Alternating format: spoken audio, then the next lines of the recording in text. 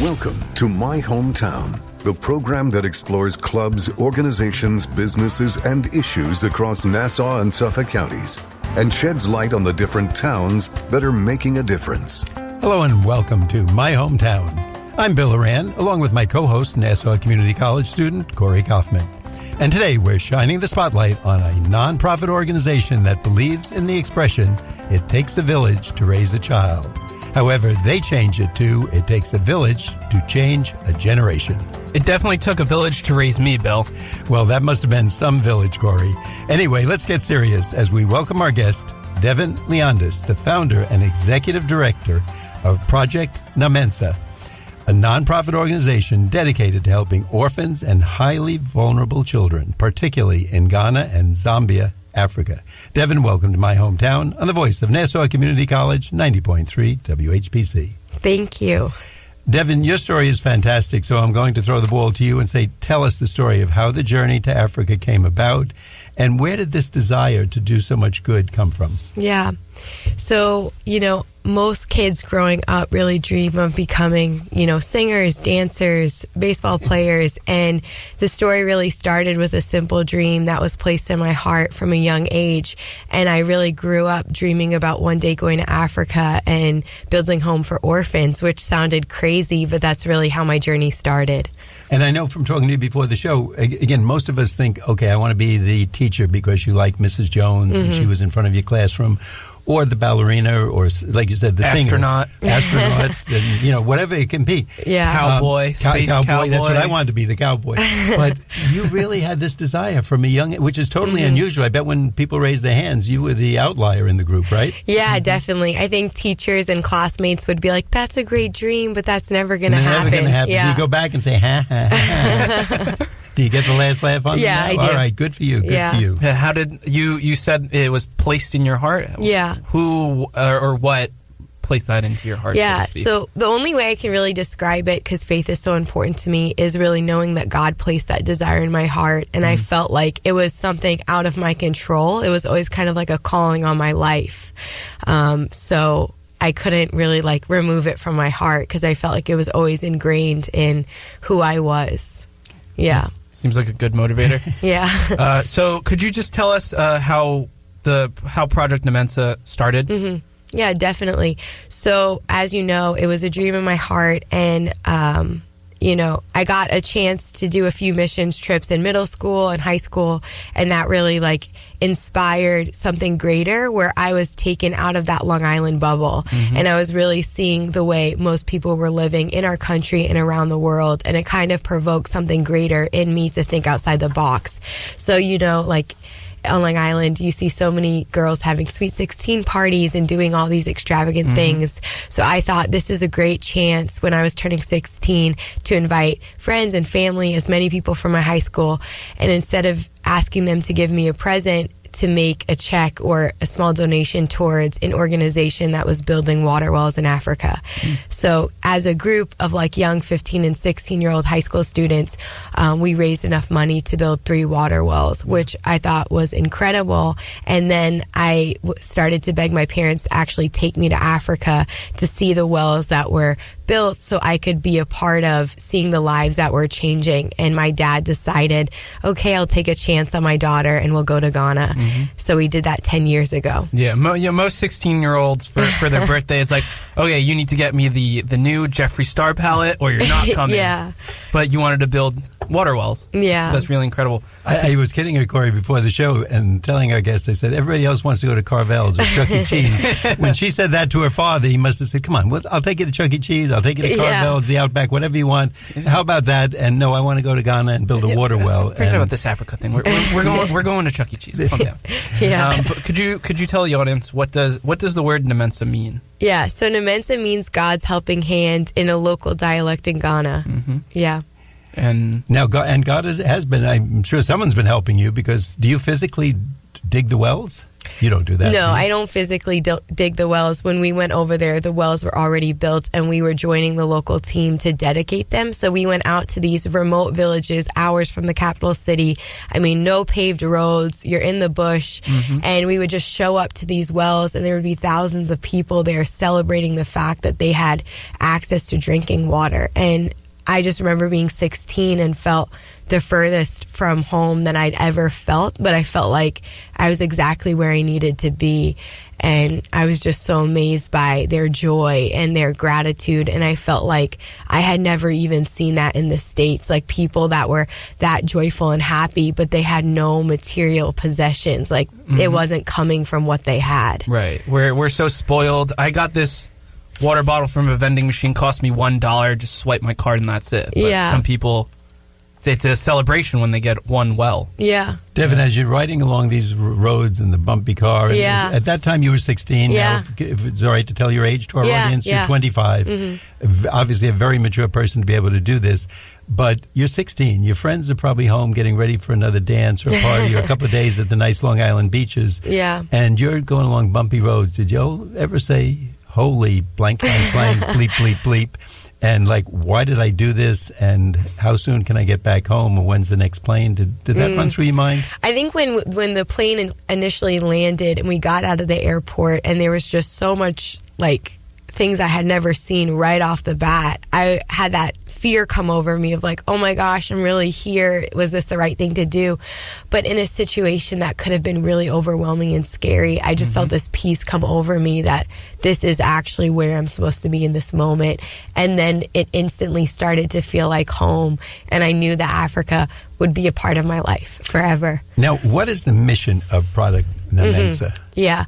So the mission of Project Nyame Nsa is to rescue orphan and vulnerable children, bring them into the children's village, and raise them as the leaders of the next generation, give them an opportunity where their potential is realized. So we want to give the child who has the least hope at becoming anything a chance to become whatever they want. Now, when you say vulnerable children, could you define that a little better for the audience? Yeah, so an orphan would be a child with no living parents. A vulnerable child would maybe be like a child with one living parent that might be in jail. So they don't have anyone that can actually care for them. So that would be like, they're not orphan, but they're highly vulnerable. Gotcha. Right. Yeah. And what are these villages? So these villages are our project in Ghana, and we're currently building one in Zambia. So what the village, just to give people here a better picture of what we're doing, it's a 5-acre plot in Ghana. It has a church on campus, children's homes. So we have children living with local foster moms,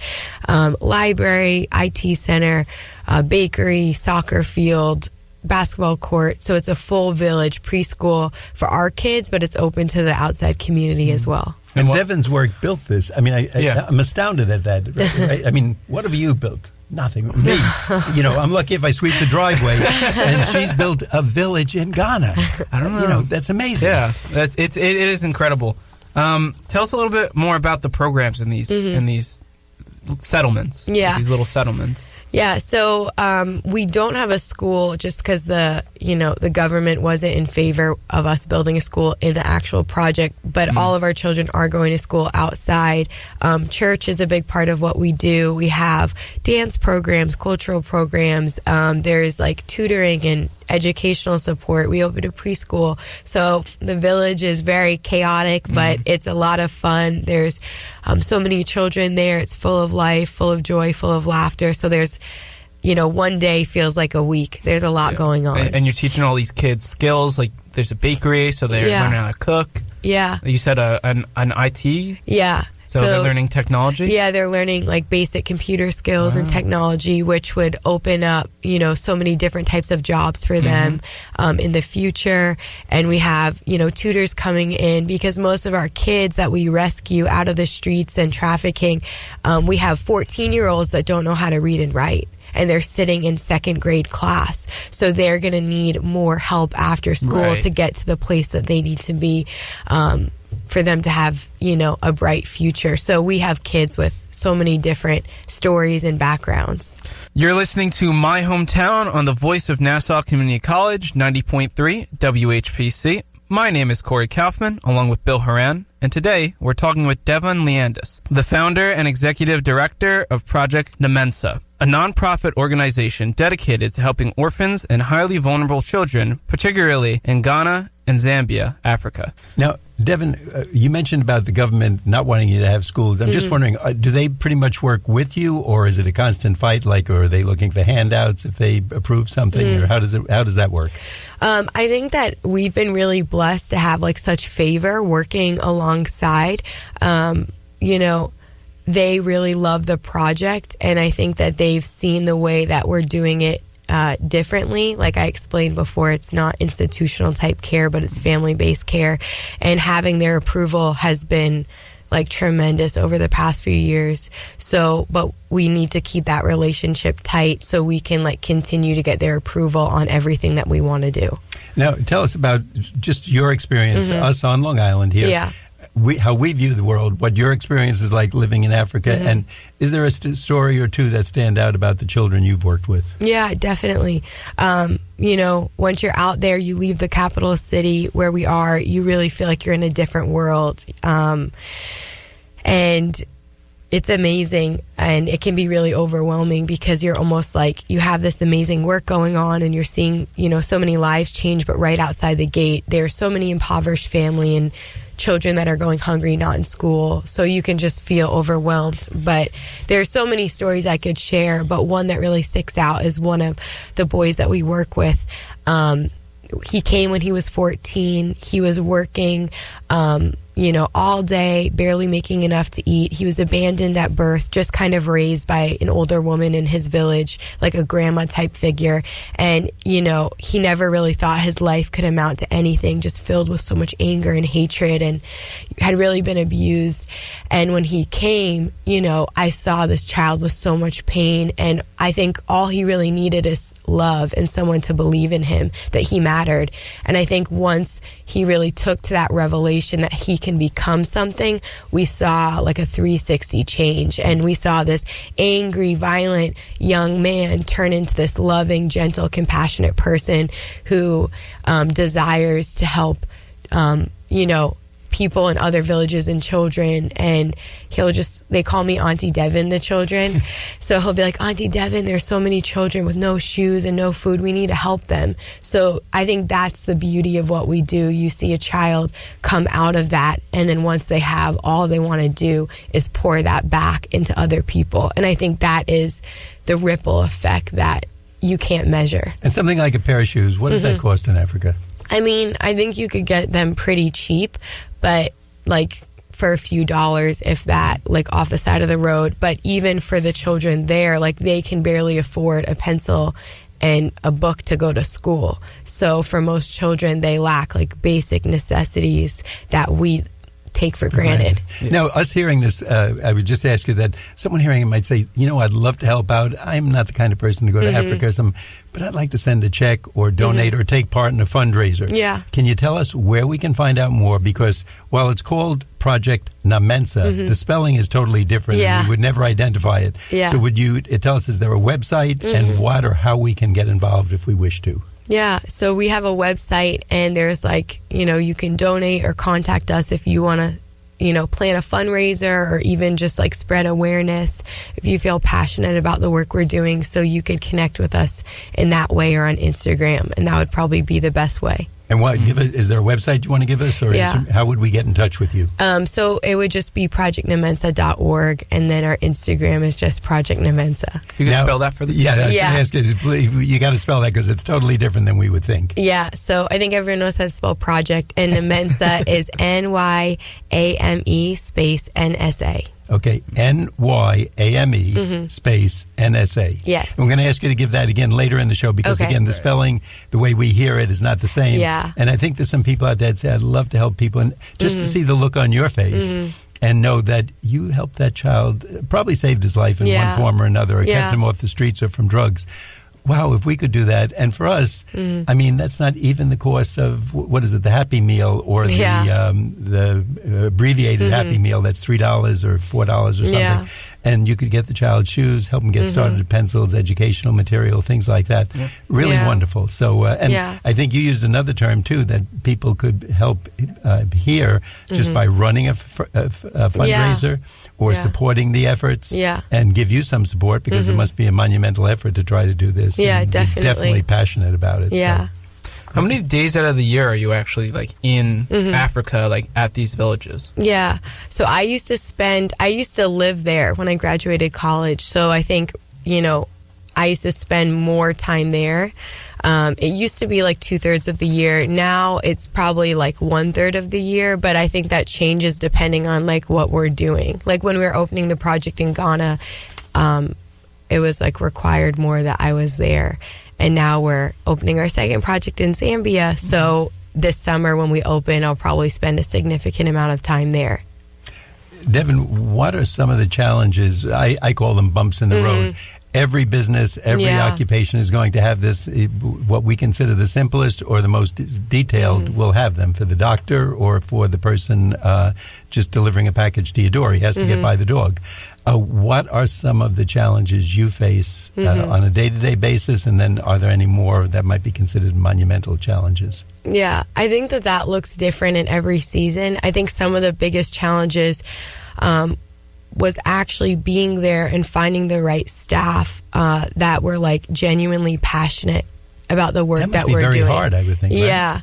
So I think just like seeing who's really here for the benefit of the children and the heart for the children, and not just doing it for the paycheck. And I think that was one of the biggest challenges. But once we found those key leaders and those mothers and staff members, it makes the work more sustainable. But I think that was like one of the biggest challenges in this. And I also think another challenge is just kind of like not losing hope and not being overwhelmed by like the statistics of what you see, and just like reminding yourself every day what we're doing like is making a difference. Yeah. That must be a great feeling. And I was kidding you before the show that when you go back to the school, someone says, well, I work at McDonald's and I deliver for Amazon, and I'm an accountant. And you say, I've changed the lives of 342 people, provided 100,000 gallons of water. Oh my gosh, it's like the rest of them I'd shrink up and walk out the back door quickly. So that has to be a great feeling. And for a lot of us, we never get that because we're doing the same routine job day after day. Yeah. And even with all these like struggles, having to, deal with like the local government and just the clerical issues of actually setting up an organization, what keeps you going? You said in the beginning, you feel as if you were kind of put on this earth by God to do this mission. Could you maybe elaborate on that? Yeah, definitely. I think like this is just my view, is just kind of knowing that every single person on earth was created by God with a purpose. And I think one of the biggest human struggles is searching and going through life. What is my purpose? Why am I here? And you're on this like endless journey of seeking what does that look like for my life?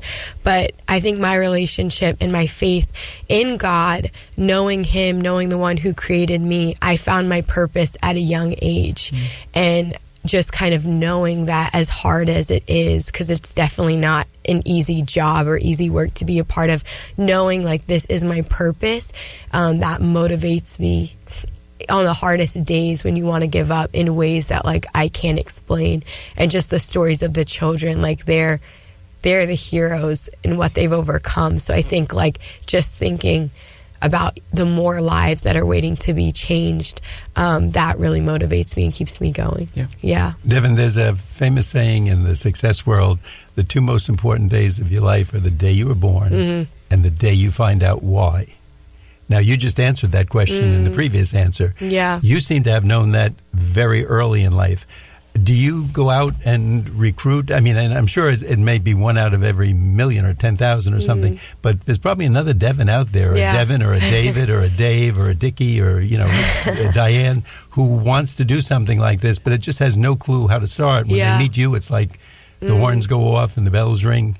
Yeah. Is that what happens? I definitely have like come across like a few young people, maybe at like high schools or universities that I've spoken at, that might come up to me and just say, I've had a dream to do this or do that, but it seems impossible. And it's amazing because like I get to encourage them in that moment, and kind of be like, well, if this is happening for me, it can happen for you. And just, like your dreams aren't crazy and they can be achieved. So I definitely have come across those individuals. And I'm sure you're doing a great job for them and also bringing a few more people into the fold. So that's good. You're listening to My Hometown on the voice of Nassau Community College, 90.3 WHPC. My name is Corey Kaufman, along with Bill Horan, and today we're talking with Devon Leondis, the founder and executive director of Project Nyame Nsa, a nonprofit organization dedicated to helping orphans and highly vulnerable children, particularly in Ghana and Zambia, Africa. So what I want to know, is there another source of inspiration that keeps you going throughout this whole project? Yeah. I think inspiration comes in a lot of different ways, but mainly I would say from my faith and from the stories of the children that I work with. Like whenever I feel down or overwhelmed, I'll just like pull out my phone and look at the pictures of the kids I work with and just think about them and how many more children are out there waiting to be, seen and known and loved. And that just inspires me to keep going. Yeah. Devon, you're obviously working with a lot of the children. Are there, in this project, but are there other projects upcoming that you're thinking of? Like, I guess after you do it once, a lot of those things become a lot easier. The hurdles. Yeah. So almost like a McDonald's franchise, to be a simple example. Yeah. Once they do one, it's replicate. Have you thought of doing that, or is that in the future view? Yeah, I think initially it was like, we're going to do this project in Ghana, but as we were seeing the success, we thought, why can't we take this model and duplicate it in other countries in Africa, if not the world at large? And I think the vision kind of exploded into something so much greater than anyone who's a part of our team could imagine. And we're currently building our second children's village in Zambia that's going to open this summer. And I think that's just the beauty of what we're doing, is just kind of taking it and placing it somewhere else in a way that it would be culturally, appropriate in that place for the issues of that country. On a larger scale that can benefit more children, because what we're doing works and it is effective. So I think that's kind of the larger vision, if not one country, not two countries, but as many as I can reach in my lifetime. I'm laughing, Corey, because when I was 25, I think my biggest accomplishment, I won a softball game and I was involved in a hamburger eating contest or something. And did you win? I'm not going to address that issue, but here Devon has already built a village and she's building other villages. This is amazing. Expanding, yeah. Yeah.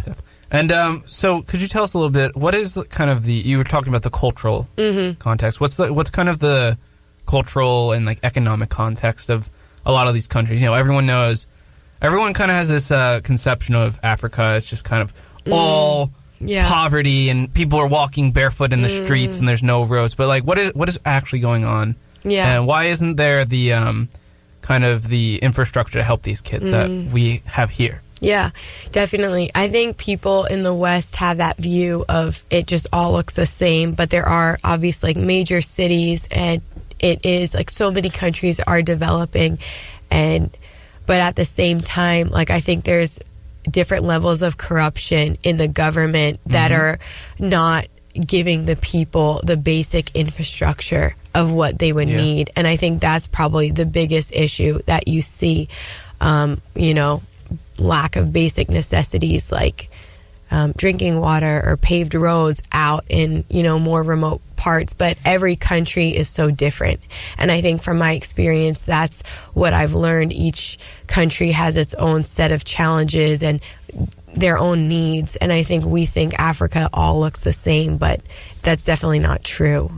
The money's just not getting to the people. It's going into like these government officials' pockets, right? Yeah. Devon, before I go further with the next question, once again, I'd like to very slowly give us that website and any contact information that you would like, so that people who are interested in learning more or would like to contribute could help you or be part of your organization. Definitely. So you can follow us on Instagram at Project Nyame Nsa, or you now spell that Project Nyame Nsa, because that's a tricky one. So it would be Project _NYAM_NSA, or you could follow us on Facebook at Project Nyame Nsa, or go to our website, which is www.projectnyamensa.org. And to our audience, if you're hearing this show or you missed part of it, you can always listen to a podcast at nccradio.org. Just go to My Hometown and look up Project Nyame Nsa, the show that we're obviously doing right here today. You can find out more, and what a great podcast to play for a class or an organization where people could get involved, and just even if to make a small donation to help out what's going on here, how good you could feel. And when you meet someone like Devon, you know her passion for doing this and how excited she is about it. Devon, I said that was going to lead up to my next question. And if there's people out there searching for their purpose, and a lot of college students, and even as we retire, we say, wait, there must be more to life. I spent 20 years doing this, but I want to help or get more out of it. What's your advice to people who are looking for that? Yeah, so I would have two answers. I think one would be if you're searching for your purpose and you've never done anything for anyone else, if you've never volunteered, if you've never taken a mission trip somewhere, I would highly advise to do that. I think like in our culture, it's very individualistic. It's all about us. What can I gain? What can I do for myself? And we never look outside in a way of how can I help? How can I serve? What can I do to give back? And I think that's what we were created to do. We were created to help others. We were created to serve others. So if you've never done that, you know, whether that looks like volunteering at a local soup kitchen or, you know, just getting your hands dirty and just hearing the stories of other people's lives, I think that would provoke something in your own heart and really speak into that larger purpose of like how you can really give back to humanity at large, whatever that looks like for you. And my second would be, you know, and this is a personal answer, is just like getting to know God in a deeper way. And I think when you know him, you start to know why you're here, because I believe he's the one that created us and put us here. So who better to tell us our purpose than the one who created us? Yep. And I guess the starting point, and I'm going to say this because you haven't, if someone's listening and say, how do I start? Well, they could write you a check from $1 to $1 million, maybe $1 billion if they're that rich. Yeah. I'm sure you would accept it, right? I would. Okay, there we go. I've done my good deed for the day. Corey? And, you know, if anybody's listening, it's like, oh, I don't have any time. I have to go to work in the morning. And I have to run and do all these errands. Just, you know what? Think about the kids. Because, honestly, there are people struggling and who have bigger problems than you, and if you can use your even, you know, little bit of amount of privilege, then you should be using it, in my personal opinion. Yeah. Devon, what message would you like to give to your younger self if you were looking back and just want to, now that you know you're at the old age of 25, what would you give that 16-year-old girl? What would you say to her?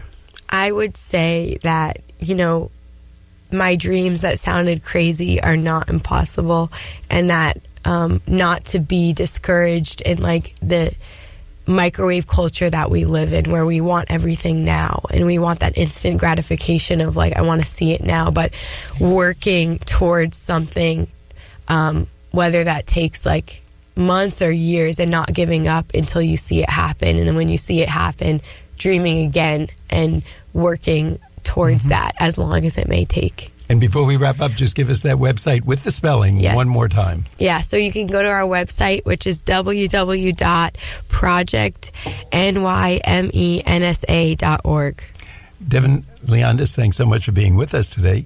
We'd like to thank you for being here on behalf of my hometown, and remind our audience that Devon Leondis is the founder and executive director of Project Nyame Nsa.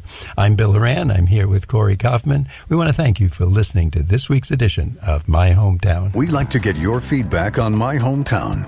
Send your comments to WHPC@ncc.edu. Nassau Community College, where success starts and continues. Till next time, this is Bill St. James. And remember, there's no town like your hometown.